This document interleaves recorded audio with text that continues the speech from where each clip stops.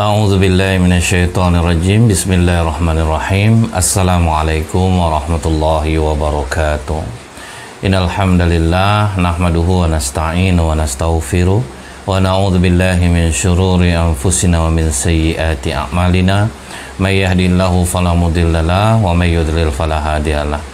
Asyhadu an la ilaha illallah wahdahu la syarikalah wa asyhadu anna Muhammadan abduhu wa rasuluh. Allahumma salli wa sallim wa barik ala hadzal nabiyil karim wa ala alihi wa sahbihi ajma'in. Kaum muslimin muslimat di mana saja berada, yang semoga kita semua senantiasa dirahmati oleh Allah. Bersyukur kita kepada Allah dengan mengucapkan alhamdulillahirabbil alamin. Kita kembali dipertemukan Allah dalam lanjutan kajian kita tentang Qisasul Anbiya, kisah para nabi.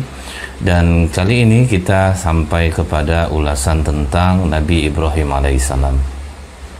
Bersolawat kita kepada Rasulullah sallallahu alaihi wasallam dengan ucapan Allahumma salli ala Muhammad wa ala alihi washabbihi wasallim. Semoga dengan banyak bersolawat kita mendapatkan syafaat di yaumil akhir kelak. Rekaman ini pagi hari. Pagi ini sudah mulai turun hujan, masih gerimis. Mudah-mudahan kalaupun nanti hujan ini deras, suara saya masih terdengar. Nabi Ibrahim alaihissalam ini ibundanya bernama Amilah.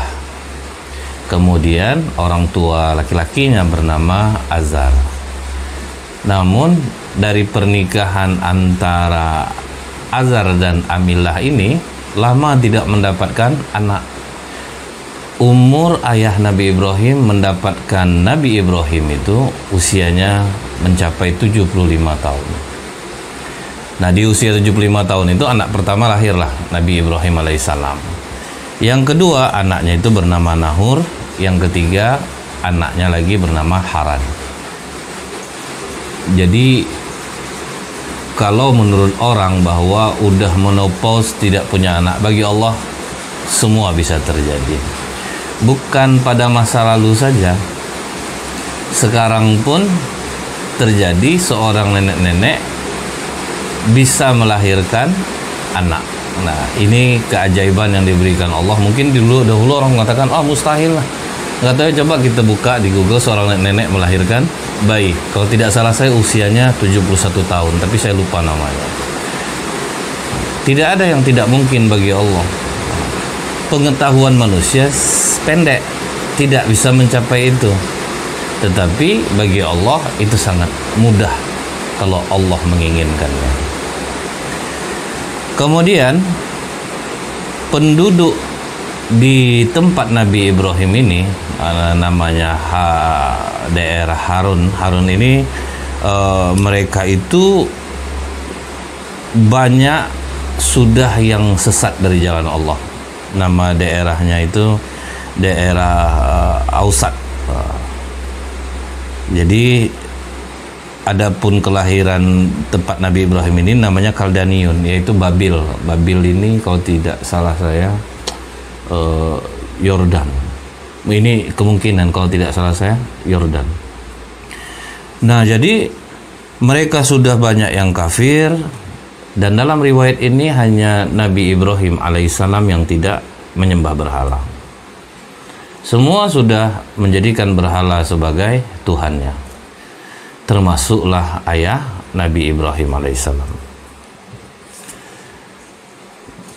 Yang pertama kali didakwahi oleh Nabi Ibrahim itu bukan orang lain. Dia mendakwahi ayahnya. Kalau kita ingat juga, Rasulullah pertama kali berdakwah, itu yang didakwahi adalah keluarga dekatnya. Makanya kita ini bisa berhasil kalau misalnya kita menyampaikan dakwah itu kepada orang dekat kita dulu. Karena orang dekat kita itu dia sudah kenal dengan kita. Kalau kita punya dagangan, kalau trik MLM, pasti yang dianjurkan adalah ke keluarga dekat dulu tawarkan. Nah, ini sebetulnya konsep dakwah, cuman mereka yang ngambilnya. Utamakan dulu keluarga dekat kita. Karena kalau keluarga dekat kita ini, dimakinya pun kita nggak terlalu sakit hati. Tapi kalau ke orang yang belum kita kenal, itu resikonya agak lebih besar. Kita jualan barang ke orang yang tidak kita kenal, itu jauh lebih sulit. dibanding dengan kita nawarin barang ke kawan yang sudah kita kenal. Nah, konsep dakwah ini kalau dipakai di perdagangan pun insya Allah berhasil. Didakwahi oleh Nabi Ibrahim, kalau kita lihat dalam surat Maryam ayat 43, apa kata Nabi Ibrahim? Ya abati inni qad ja'ani minal ilmi ma lam ya'tika fattabi'ni ahdika siratan sawiyya. Wahai ayahku, jadi benar-benar dijaga kesopanannya itu. Wahai ayahku. Kalau kita memanggil ayah kita ya abati, wahai ayahku, itu ungkapan yang sangat lembut. Karena kan kalau orang ayah, ibu, tapi jarang yang memanggil ayahku, ibuku, itu jarang, dan itu lebih asik kalimatnya itu terdengar, lebih enak di dalam jiwa. Cuma anak saya pun tidak manggil macam itu. Ini panggilan yang sangat lembut yang didengar oleh seorang ayah. Kata Nabi Ibrahim, wahai ayahku, sesungguhnya telah datang kepadaku sebagian ilmu yang tidak ada padamu, yang tidak kau ketahui. Ikutilah aku, niscaya aku akan menunjukkanmu kepada jalan yang lurus. Jadi katakan, aku ada dapat ilmu ayah yang tidak dikaruniakan kepadamu. Karena banyak orang menganggap saya ini umur dah tua, lebih banyak ilmu saya daripada kamu. Nah, jangan pernah kita merasa seperti ini. Kalau orang tua itu umur yang tidak bisa kita kejar, tapi kalau ilmu, anak muda bisa lebih tinggi ilmunya daripada orang tua. Jangan orang tua itu mengikuti egonya, saya lebih tahu, duluan saya lahir lagi. Ini kan kalimat yang sering kita dengar. Nah, Nabi Ibrahim meyakinkan itu dulu. Ada ilmu yang tidak diwariskan kepadamu. Kemudian kata ayah Nabi Ibrahim, arogibun anta an alihati ya Ibrahim? Bencikah kamu kepada Tuhanku wahai Ibrahim? La illam tantahi la arjumannaka wahjurni maliya. Kalau kau tidak mau berhenti Ibrahim, aku rajam kau. Aku lempar kau sampai mati kalau kau tidak mau berhenti, dan tinggalkanlah aku buat waktu yang lama. Kau nak pergi dari rumah nih. Para mu'allaf akan merasakan juga kan seperti ini. Dia diancam, pergi kamu dari rumah ini, atau aku bunuh kamu misalnya. Ancaman-ancaman seperti ini kan ada juga. Itu terjadi juga kepada Nabi Ibrahim. Gak cocok deh saya sama ayahnya, diusir dia dari rumah. Kurajam kau, kulempar kau nanti, atau kau pergi dari rumah nih. Itu resiko dakwah. Memang kepada orang dekat kita mendakwahi, tapi kalau mereka tidak terima kita diusir, resiko ini sebetulnya tidak terlalu berat. Tidak terlalu beratnya apa? Alah, bapak aku. Semarah-marah orang tua sama anaknya, masih enak kita makan di rumahnya. Tapi kalau tinggal di rumah orang, udah lain aja mukanya, udah nggak bisa kita makan lagi. Nah, Nabi Ibrahim diancam oleh ayahnya seperti ini. Maka kata Nabi Ibrahim, salamun alaika sa'astaghfiru laka rabbi innahu kana bihafiyya. Semoga keselamatan dilimpahkan kepadamu ayah, aku akan meminta ampun bagimu kepada Tuhanku, sesungguhnya dia sangat baik kepadaku. Jadi bukan melawan. Ini kadang kita menyampaikan sesuatu yang baik sama orang tua, kemudian orang tua membantah, mampuslah ya, masuk neraka ya. Nabi Ibrahim tidak. Aku akan memintakan ampun kepadamu, kepada Tuhanku. Keselamatan bagimu ayah. Jadi jangan ngelawan kita. Kebanyakan orang-orang soleh di sini kenanya. Dia nyampaikan dakwah kepada ayahnya, ibunya, kemudian ayahnya marah, mengusir dia, malah dia melawan. Tiru akhlak Nabi Ibrahim. Keselamatan bagimu ayah. Aku akan memintakan ampun kepada Tuhanku, karena Tuhanku baik kepada aku. Jadi tidak melawan. Ingat tuh, jangan sampai melawan kepada ayah. Ini akhlak Nabi Ibrahim. Walaupun ayahnya salah, ayahnya syirik kepada Allah, tapi dia tetap janjikan, aku akan memintakan ampun kepada Tuhanku ayah. Jangan dilawan orang tua. Kemudian dilanjutkan oleh Nabi Ibrahim, wa'tazilukum wa ma tad'una min dunillah wa ad'u rabbi asa alla akuna bidu'ai rabbi syaqiyya. Dan aku akan menjauhkan diri daripadamu. Baik ayah, aku akan pergi jauh darimu, tapi bukan itu saja ya. Aku juga akan menjauhi diri dari apa yang kamu sembah selain Allah. Di sini juga pelajarannya, kalau orang dekat kita itu membuat kita menjauh dari Allah, meninggalkannya itu lebih baik. Karena kalau kita tetap di sana, takutnya nanti hati kita yang lemah ini terikut jadinya. Nah, Nabi Ibrahim milih itu. Kau usir aku ayah, aku jauh darimu dan akan aku jauhi dari sembahan-sembahanmu. Orang baik berteman dengan orang buruk, itu cepat dia terpengaruhnya. Lama-lama dia menganggap sepele dosa. Itu bahayanya bergaul dengan orang buruk. Ini orang yang tidak menyembah Allah, kata Nabi Ibrahim, akan aku jauhi juga Tuhan-Tuhan yang kau sembah selain Allah. Dan aku akan berdoa kepada Tuhanku, mudah-mudahan aku tidak akan kecewa berdoa kepada Tuhanku. Ini pelajaran yang sangat berharga. Diusir oleh orang tua pergi, tapi tetap mendoakan orang tua dengan keselamatan, tidak melawan. Kemudian juga Nabi Ibrahim mengatakan, akan kujauhi juga sembah-sembahan yang kau sembah. Jangan berteman dengan orang-orang yang membuat hati kita bisa berpaling dari Allah. Bukan masalah syirik saja. Punya teman, cari duitnya keras.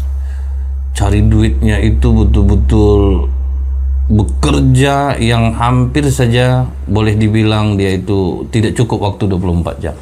Berkawan kita dengan orang seperti ini, kita bisa berpaling dari Allah. Jadi hati-hati nih kita berteman. Kalau rasanya berteman akan memalingkan diri kita kepada Allah, contohnya nih ibu-ibu nih. Ibu-ibu bergaul tidak ada jadi masalah. Tapi terkadang akhirnya memaksakan diri padahal dia miskin, gabung sama ibu-ibu menengah ke atas, dia maksa sampai berhutang-hutang. Nah, ini bahaya. Karena kan kadang-kadang ibu nih, jangan lupa ya Jeng, kita ngumpul besok dress code-nya atasannya ini, bawahnya ini, kita ngumpul di kafe ini. Nah, akhirnya dia berusaha supaya terlihat mampu juga, hutang jam, hutang tas, ambil ini, ambil itu. Akhirnya menyesal. Jangan berpaling dari orang-orang yang mengingatkan kita kepada akhirat. Punya teman sederhana, ngajak pengajian, tidak berlebih-lebihan. Kita temani dia, itulah orang yang terbaik untuk kita. Kemudian Nabi Ibrahim ini ditolak oleh Allah doanya. Orang banyak menganggap ya berarti kan kita boleh mendoakan orang tua kita yang tidak beragama Islam, yang tidak menyembah Allah, boleh kita doakan. Jadi ingat, Nabi Ibrahim mendoakan ayahnya itu sebagai janji bagi dia kepada ayahnya. Tapi ditolak oleh Allah. Itu dalam surah At-Taubah ayat 114.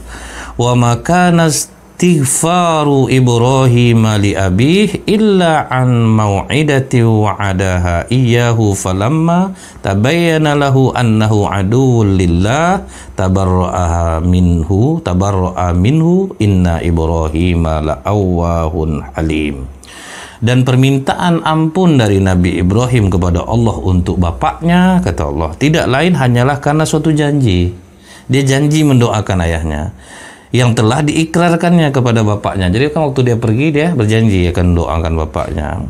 Maka tatkala sudah jelas bagi Nabi Ibrahim bahwa bapaknya itu adalah musuh Allah, maka Ibrahim berlepas diri daripadanya. Sesungguhnya Ibrahim adalah orang yang sangat lembut hatinya lagi penyantun. Akhlak Nabi Ibrahim lembut lagi penyantun. Tetapi ketika dia tahu ayahnya musuh Allah, aku berlepas diri. Nah itu ingat. Jadi tegas, lembut, itu kombinasi yang baik yang ada dalam diri seorang muslim. Kalau memang yang enggak, kata orang enggak. Jadi enggak dipaksain. Sama seperti Rasulullah berdoa untuk pamannya Abu Thalib. Kenapa ditolak Allah? Karena Abu Thalib syirik kepada Allah. Padahal jasa Abu Thalib banyak kepada Rasulullah. Nah ini ketegasan yang harus kita punya ini. Aku tegas, aku lembut, tetapi kalau untuk hal seperti ini nggak bisa. Walaupun kita dengan lembut menyampaikannya, gitu. Bukan pula kita tegas tuh harus nyampainya ngotot, mata melotot, ngomong-ngomong, enggak. Lembut, nggak bisa. Ayo pergi kita ke sana, kita nanti pesta-pesta, nih kawan-kawan ngumpul. Maaf saya nggak bisa. Kan bisa kita ngomong gitu, kita lembut tapi kita tegas. Imam Bukhari berkata, Ismail bin Abdullah memberitahu kami, saudaraku Abdul Hamid memberitahuku, dan Ibnu Abi Zib Sa'ad al-Maghbari dari Abu Hurairah, Nabi SAW bersabda. Jadi di dalam hadis ini, Nabi Ibrahim menemui bapaknya Azar pada hari kiamat. Sedangkan wajah ayahnya itu dalam kondisi kusut berdebu. Kemudian Nabi Ibrahim berkata kepada ayahnya, bukankah aku telah mengatakan kepadamu ayah, jangan engkau maksiat. Kemudian kata bapaknya, pada hari ini aku tidak lagi mendurhakaimu Ibrahim. Lalu Ibrahim berkata, ya Allah, sesungguhnya engkau telah berjanji kepadaku bahwa engkau tidak akan menghinakanku pada hari berbangkit. Adakah yang lebih menyedihkanku dari jauhnya aku dari bapakku? Jadi Nabi Ibrahim dengan lembut memohon kepada Allah, ya Allah, jangan hinakan aku di hari ini, jangan buat aku jauh dari bapakku. Maka kata Allah, sesungguhnya aku telah mengharamkan surga bagi orang-orang kafir. Ditolak. Jadi passwordnya itu untuk masuk surga syahadat. Asyhadu an la ilaha illallah wa asyhadu anna Muhammadar Rasulullah. Allah fair. Ayah seorang nabi pun nggak bisa. Kamu nggak Islam, kamu mensekutukan Allah, nggak bisa. Walaupun anaknya seorang nabi. Itu yang harus kita fahami. Allah nggak ada cerita bagi Allah. Mau keponakannya nabi, mau ayahnya nabi. Pokoknya kalau nggak Islam, udah didakwahi, udah diutus Nabi dan Rasul, nggak mau ikut, nggak bisa. Kemudian, Nabi Ibrahim ini melihat tanda-tanda keagungan Allah di langit dan bumi. Kemudian Nabi Ibrahim ini pas melihat malam gelap, dia melihat bintang. Waktu belum dikasih wahyu oleh Allah. Bintang inilah mungkin Tuhanku. Nggak taunya malam berlalu, bintang hilang. Nabi Ibrahim besoknya lihat lagi bulan. Wah, ini lebih besar nih. Mungkin inilah yang Tuhan. Waktu itu belum Allah kasih tahu. Begitu melihat bulan, ini Tuhanku, kata Nabi, ini lebih besar. Nggak taunya pagi hari lenyap, bulan tidak ada. Waduh, berarti ini bukan Tuhan. Begitu melihat matahari terbit, wah ini mungkin yang Tuhan ini. Karena ini lebih besar dan terang benderang. Tatkala matahari telah terbenam, Nabi Ibrahim berkata, wahai kaumku, sesungguhnya aku berlepas diri dari kalian. Kalian ada yang menyembah bintang, bintang hilang. Kalian ada yang menyembah bulan, bulan hilang. Kalian menyembah matahari, matahari hilang. Aku berlepas diri daripada apa yang kalian sembah. Sedangkan bulan, matahari, bintang aja hilang, apalagi patung-patung yang kalian sembah nih. Nah, inilah pencarian Nabi Ibrahim terhadap kebenaran. Jadi Nabi Ibrahim berkata, ini nampaknya semua benda ini dikendalikan. Bintangnya ada yang kendalikan, bulannya ada yang kendalikan, matahari ada yang kendalikan. Berarti ini tidaklah mereka Tuhan. Kemudian di dalam surah Al-Ankabut ayat 25. Di situ dikatakan, dan Ibrahim berkata, sesungguhnya berhala-berhala yang kamu sembah selain Allah adalah untuk menciptakan perasaan kasih sayang kepadamu. Nah ini ingat, kalau kita sama-sama jahat, itu di dunia ini kita akan kompak saling menyayangi. Itulah hebatnya keburukan.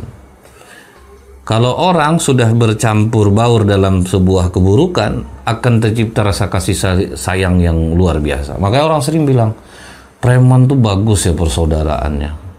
dibanding dengan orang-orang yang sholat. Misal seperti itu, orang yang sholat masih banyak mikir diri sendiri. Preman, mereka itu saling bantu-membantu sama lain. Wah, ada laler nih.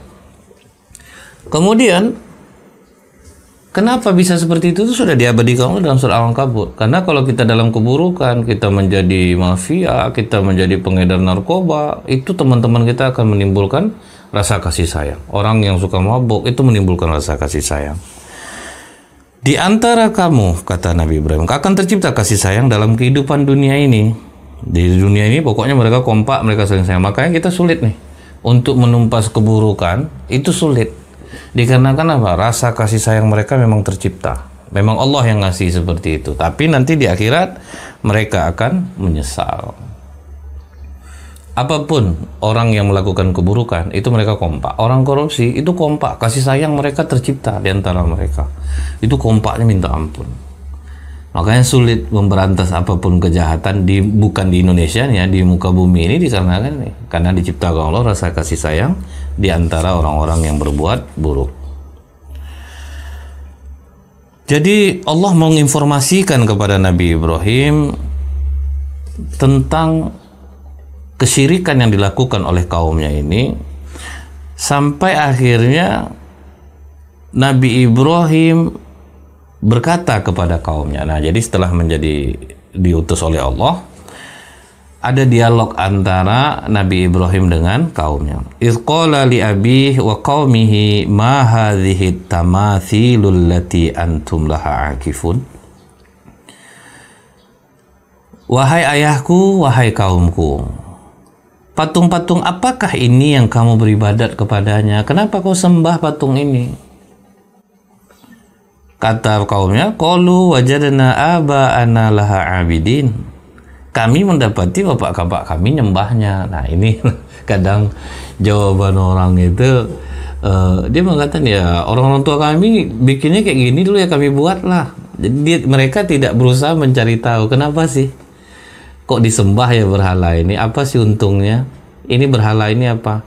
Nah, kita ini diajarin Allah, kalian tuh harus cerdas. Kalian jangan mau ngikut aja. Kalian mesti cari tahu dulu. Ibarat sebuah pepatah, sebelum merobohkan pagar, kita mesti tahu dulu pagar itu untuk apa digunakan. Nah, jadi ini sama kita seperti monyet ya. Kalau ada nih uji coba, monyet dimasukkan ke dalam kandang, terus ada tiang, di atasnya ada pisang. Nah, waktu monyet ini mau ngambil pisang, disiram pakai air. Monyet ini langsung turun. Masih dalam kandang yang sama, dimasuki lagi monyet yang lain. Pas monyet ini naik, monyet yang tadi itu teriak-teriak, jangan naik, jangan. Mungkin itu bahasa monyetnya itu. Akhirnya yang kedua ini ikut. Oh ya nggak boleh ya, ngapa? Dia nggak tahu kenapa nggak boleh. Kemudian masuk monyet yang ketiga, makin kencang teriakan monyet nih. Akhirnya ngikut aja. Jadi pisang itu nggak pernah diambil-ambil. Artinya apa? Jangan kita sama dengan monyet. Nggak tahu apa-apa atau diam aja. Harusnya cari tahu. Apa yang menyebabkan nih teman aku nih teriak-teriak nggak boleh ambil gitu. Tentu ada penyebabnya. Cari tahu dulu. Cuman monyet ini mungkin karena nggak bisa komunikasi, aku tadi kena siram, nggak usah kau naik ke atas lagi. Enggak, dia pokok teriak aja, jangan naik, tapi tanpa menjelaskan apa-apa. Akhirnya ngikut terus, pisang itu nggak berani-berani diambil oleh orang. Nah, ini kita diajarkan, jangan main ikut-ikut aja ya. Bapak kami buat kayak gini dulu, mama kami buat kayak gini dulu. Dasar mereka buat itu tuh apa, mereka nggak menjelaskan. Kenapa ini akhirnya disembah, kenapa ini dilakukan seperti ini. Nah, dalam Islam sekarang pun kita gitu juga. Kita diajarin, nah ini dari dalilnya ini, sejarahnya ini. Kita baru mau terima, jangan main gini aja. Ini kita buat, ini bagus. Seperti ada sekarang sholat yang menghadap ke timur, yang zikirnya pakai, itu dari mana gitu. Kita harus cari tahu, tapi tetap ada pengikutnya. Banyak ini dalam Islam ini juga yang dilakukan sebagian orang aneh-aneh gitu. Ada yang sampai nggak sholat sama sekali. Pokoknya kita ingat aja kepada Allah itu udah sholat. Nah, ini seharusnya yang ngikut itu cari tahu. Rasulullah aja yang udah dijamin masuk surga, sholat sampai bengkak-bengkak kakinya. Apalagi kita ini. Jadi jangan main ngikut aja. Kemudian kata Nabi Ibrahim, qala laqad kuntum antum wa aba'ukum fi dhalalim mubin. Sesungguhnya kamu dan bapak-bapak kamu itu berada dalam kesesatan yang nyata. Ini semua dalam surah Al-Anbiya secara berturut-turut 52, 53, 54. Setelah itu Nabi Ibrahim berkata dalam surah Asy-Syura diabadikan Allah ayat 72, 74, berhala itu mendengar nggak ketika kalian berdoa? Nah, sampai di situ kalian Nabi Ibrahim, berhala itu mendengar nggak ketika kalian berdoa? Apakah mereka memberi manfaat kepada kalian dan memberi mudarat? Bisa nggak dia memberi kalian bahaya atau manfaat? Mereka tetap menjawab, kami mendapati nenek moyang kami buat seperti ini, udah kami lakukan aja. Sebetulnya mereka tahu apa sih manfaatnya? Nyembah berhala itu manfaatnya apa? Kemudian bahayanya itu apa? Mereka hanya menjawab, bapak kami buat seperti ini dulu, nggak ada alasan. Jadi mereka itu tidak bisa memberikan jawaban yang jelas kepada Nabi Ibrahim alaihissalam. Nah, itulah kehebatan Nabi Ibrahim berdakwah. Dia tantang logika mereka, ini manfaatnya apa? Bahayanya apa kalau kalian nggak nyembah ini? Maka kata Nabi Ibrahim, watallah, demi Allah, la'akidanna asnamakum ba'da an tuwallu mudbirin. Aku akan melakukan tipu daya terhadap berhala-berhalamu sesudah kamu meninggalkannya nanti. Jadi Nabi Ibrahim sudah siap nih, lihatlah kalian, akan aku bikin tipu daya, aku suruh kalian menjelaskan, begitulah aku akan ada melakukan sesuatu. Kalau kita nih ibarat sekarang nih, Nabi Ibrahim AS bikin prank kepada orang-orang kafir. Begitu orang-orang kafir ini pergi ke tempat perayaan mereka akan menyembah berhala di hari raya mereka. Nah, Nabi Ibrahim tetap tinggal di rumahnya dulu. Kemudian dia pergi diam-diam ke tempat penyembahan berhala mereka. Ini kan mereka ke tempat perayaan itu, ke berhala yang paling oke-nya lah, paling the best ya. Berhala-berhala yang mereka sembah harian itu tetap berada di tempatnya. Sampai Nabi Ibrahim ngomong ke berhala itu, ala ta'kulun, kalian nggak makan? Jadi gitu kalian nggak makan? Mau makan nggak? Malakum la tantikun, kenapa kamu tidak bisa menjawab? Kok kalian nggak jawab? Jawab, kata Nabi Ibrahim. Ala ta'kulun, kalian tidak makan? Jawab. Kemudian faragha alaihim darban bil yamin. Nabi Ibrahim ngomong itu sambil memukul-mukul, dipukulin semua berhala itu oleh Nabi Ibrahim dengan tangan kanannya dengan kuat. Jadi semua berhala itu sambil kalian nggak makan, ayo jawab, dipukul terus sampai hancur sebagian berhala-berhala. Illa kabiran lahum la'allahum ilaihi yarji'un. Disisa oleh Nabi Ibrahim satu berhala yang besar. Ini yang akan dijadikan rencana Nabi Ibrahim.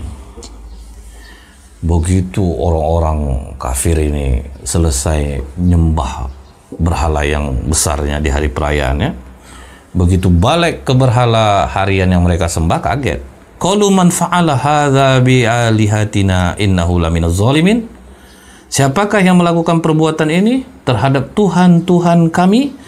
Sungguhnya dia orang zalim. Nah, itulah kalau orang kafir itu justru yang larang dia, yang dibilang saya terzolimi. Misalnya penutupan tempat maksiat itu, pasti orang tuh demonya, kemana lagi kami cari makan, kami merasa terzolimi ya. Jadi di masa Nabi Ibrahim kalimatnya juga ada gitu. Ini orang-orang zolim ini yang buat begini. Nah, satu orang ngomong, qalu sami'na fatyadhkuruhum yuqalu lahu Ibrahim. Hanya ada satu anak muda ini yang sering ngajak-ngajak kita debat nih, yang sering mencela berhala-berhala kita, ini namanya Ibrahim. Mendengar itu, qalu fa'tu bihi ala a'yunin nasi la'allahum yashhadun. Kalau demikian bawa dia kemari. Pokoknya bawa dia supaya disaksikan oleh orang banyak. Supaya dia disaksikan oleh orang banyak atas kejahatan yang dilakukan ini, supaya disaksikan orang hukuman dia. Setelah mereka berkumpul, kebetulan orang ramai nih. Nah, di sini prank Nabi Ibrahim terjadi. Mereka bertanya, "A anta fa'alta hadza bi alihatina ya Ibrahim?"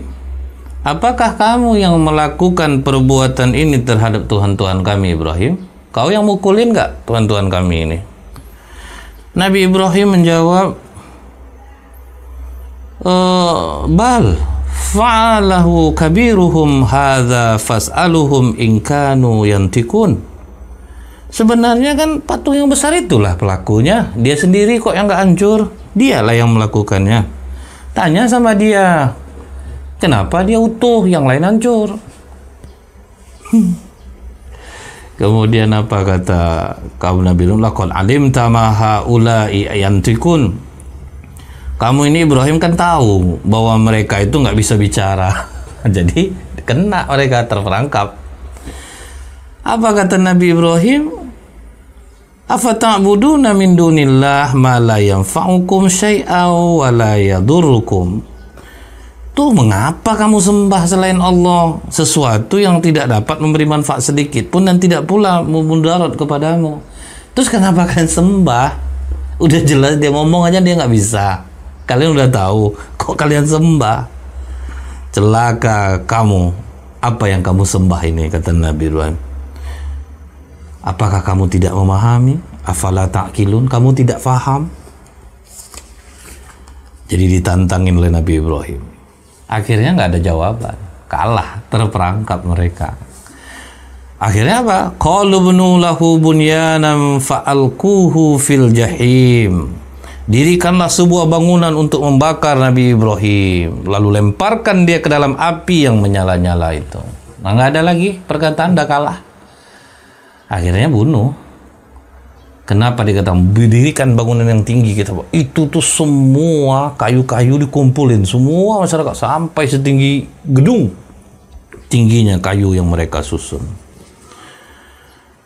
Kemudian diumumkan, kalau pengumuman ini dalam surah Al-Anbiya 68-70, apa diumumkan? Bakarlah dia dan bantulah Tuhan-Tuhan kamu. Cepat kamu bantu Tuhan-Tuhan kamu ini yang udah dihina oleh Ibrahim. Kamu benar-benar berkehendak. Cepat kumpulin, semua ngumpulin. Bahkan dia, siapa yang ingin melahirkan anaknya berkah, siapa yang hidupnya ingin murah, apa diumumkan, bawa kayu. Akhirnya semua orang bawa kayu. Mereka kumpulin kayu bakar dari berbagai tempat, sampai ada wanita yang lagi hamil ingin dapat berkah. Waduh, udah dicari ya kayu yang banyak. Ada yang sakit, aku ingin sembuh. Nah, ini mau dibakarin Nabi Ibrahim. Semua sudah diletakkan, kemudian mulailah dibakar.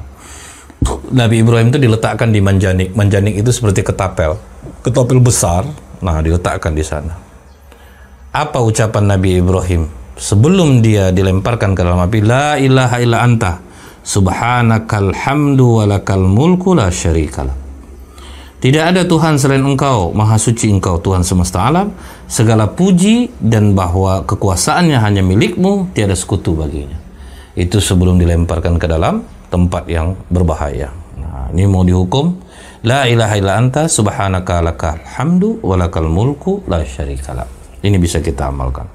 Setelah itu apa dibaca Nabi Ibrahim? Hasbunallah wa ni'mal wakil. Cukuplah Allah sebagai pelindung kami dan Allah adalah sebaik-baik pelindung. Nah, ini zikir Nabi Ibrahim. Hasbunallah wa ni'mal wakil. Dilemparkanlah Nabi Ibrahim masuk ke dalam api. Sebagian ulama menyebutkan bahwa dalam kondisi seperti itu malaikat Jibril turun. Nah, udah sampai ke dalam api itu, malaikat Jibril turun. Hai Ibrahim, apakah engkau perlu bantuanku? Kata Nabi Ibrahim, aku tidak punya keperluan kepadamu. Nah, Nabi Ibrahim menggituin Jibril, aku tidak ada keperluan kepadamu. Diwariatkan dari Ibnu Abbas, malaikat menurunkan hujan mengatakan, kapan saja kau perintahkan aku Ibrahim, aku sudah diizinkan Allah untuk langsung menurunkan hujan. Nabi Ibrahim tidak mau. Di saat itu dia hanya menggantungkan diri kepada Allah. Bantuan malaikat Jibril ditolak, bantuan malaikat yang menurunkan hujan ditolak.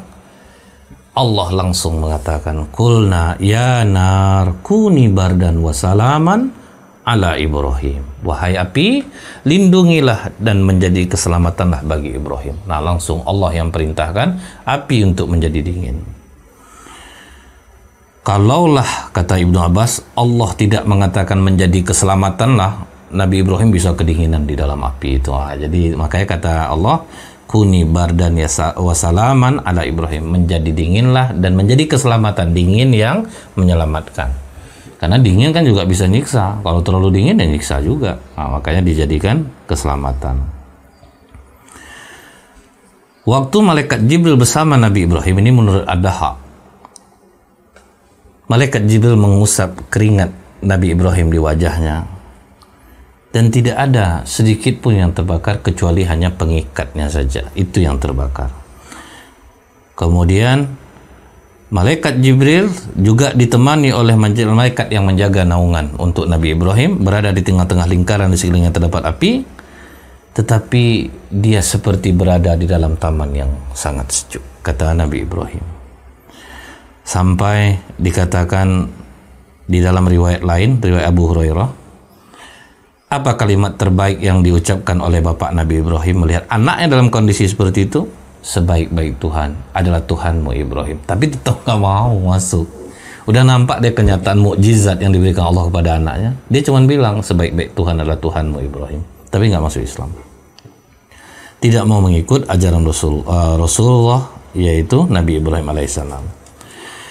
Di dalam riwayat Ibnu Asakir dari Ikriyah, ketika itu ibu Nabi Ibrahim melihat anaknya di dalam, dia katakan, wahai anakku, aku ingin bersamamu, kelihatan di api yang besar itu. Maka Nabi Ibrahim pun berdoa, ibunya masuk ke dalam, dia peluk anaknya, kemudian keluar lagi dengan selamat. Ini dalam kitab Ibnu Katsir halaman 231, Kisah Sul-Anbiya. Nabi Ibrahim tinggal di dalam api itu lebih kurang 40 sampai 50 hari. Berapa lama api itu terbakar? Banyak betul kayunya, jadi kurang tambah. Tapi Nabi Ibrahim nampak, kelihatan dari luar, dia jalan di dalam itu, di lingkaran api itu, sama sekali tidak terbakar. Rasulullah Shallallahu Alaihi Wasallam, nah dalam hadis riwayat Imam Bukhari, Ubaidillah bin Musa memberitahu kami, Ibnu Juraid memberitahu kami, Abdul Hamid bin Jubair dari Said Musayyah dari Ummu Syaraik, anna Rasulullah Shallallahu Alaihi Wasallam amara bi qatlil wazagi wa qala kana yanfahu ala Ibrahim alaihi salam.